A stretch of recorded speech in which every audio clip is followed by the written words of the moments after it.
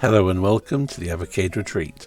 Gene Joke here, and today I'm bringing you my first impressions of the Llamasoft collection for the Evercade. The Llamasoft collection consists of 27 games, largely by Jeff Minter, who is quite well known in the home micro scene, and beyond I suppose, particularly for his llama-infused, hallucinogenic, tripping balls kind of games. And when a collection has games named like Metagalactic Llamas Battle at the Edge of Time, or Attack the Mutant Camels, you know you're in for a bit of a bizarre ride. Now, I've played a few of these games in the past, notably Attack the Mutant Camels, Grid Runner, Llamatron and City Bomb, and in most cases these are games that kind of stick with you but maybe not for the right reasons. This collection has games from systems such as the VIC-20, the C64, the ZX Spectrum and the Atari ST, and this marks the first games for the VIC-20 and the Atari ST on the Evercade. Anyway, with the other collections that have released recently, I've done a breakdown of each individual game, but there's 27 here, some repeats, and they're all absolutely bonkers. So I'm not going to do that. I'm just going to pick out a few highlights and give my early impressions on the collection as a whole.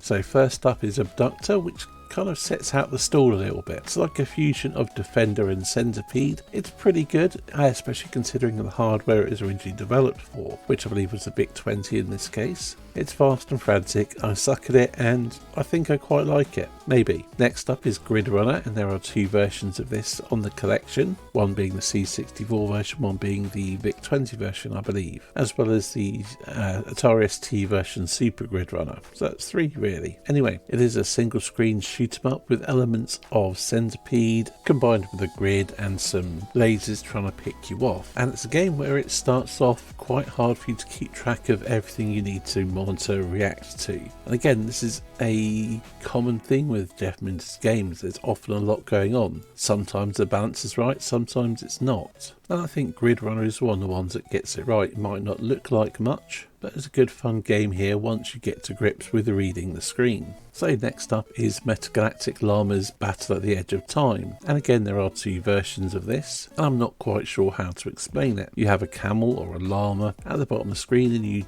are trying to shoot these spiders coming down at you. You also have a laser barrier which deflects your laser that you fire back at you, trying to work out the trajectory of your shots and stopping the spiders getting to the ground. And yeah, it's hard to explain, and initially it's not the easiest game to pick up, but once you get going with it, it's quite fun. Next we have City Bomb, which is a game I played as a kid but didn't remember until this collection. It's a bit like Canyon Bomber, except for destroying rocks in a canyon, you're dropping bombs on a city to flatten it so you can land your plane safely.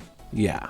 It's not a particularly good game, but again, like Canyon Bomber and things like it, it's very simple and easy to play. And next there is Llamatron 2112, which is Robotron where you control a llama, and it's just absolutely bonkers. It's fast, frantic, chaotic and absolutely bonkers. It makes me laugh. This is my most played game on the collection and probably makes the collection worth it for me. So moving on to the final game I'm going to cover here, and that is Revenge of the Mutant Camels, in particular version B, which is the Atari ST one. It's a shoot 'em up where you control a camel, shooting everything in sight, picking up power-ups, and it's not really a good game as such. It doesn't even seem that well made, but it's absolutely bonkers, and yeah, I like it. I've liked it as a kid when I played it, and yeah, I found it funny rather than really liked the gameplay. And again, that's still true here. Overall, it is an absolutely bonkers collection, and while there are 27 games to play, I think it's about 21 or 22 that are unique games, and I think the collection needs the quantity because many of the games aren't very good or are rough around the edges, too chaotic, and don't seem to be very good and take a bit of effort to get into and enjoy. And regardless of how much you enjoy the games, it's quite fascinating to see how games can be so derivative and unique and original at the same time, for better or worse. But is the collection any good? I honestly couldn't tell you at this point. It's bonkers, but it does have quantity on its side, and there are certainly a few games that I consider worth a play and I've had fun with, so that's something, right? Anyway, that's it for this first impression video. You can expect to see some videos on the individual games coming up in the next couple of weeks. But for now, I'm going to say goodbye and thank you for watching.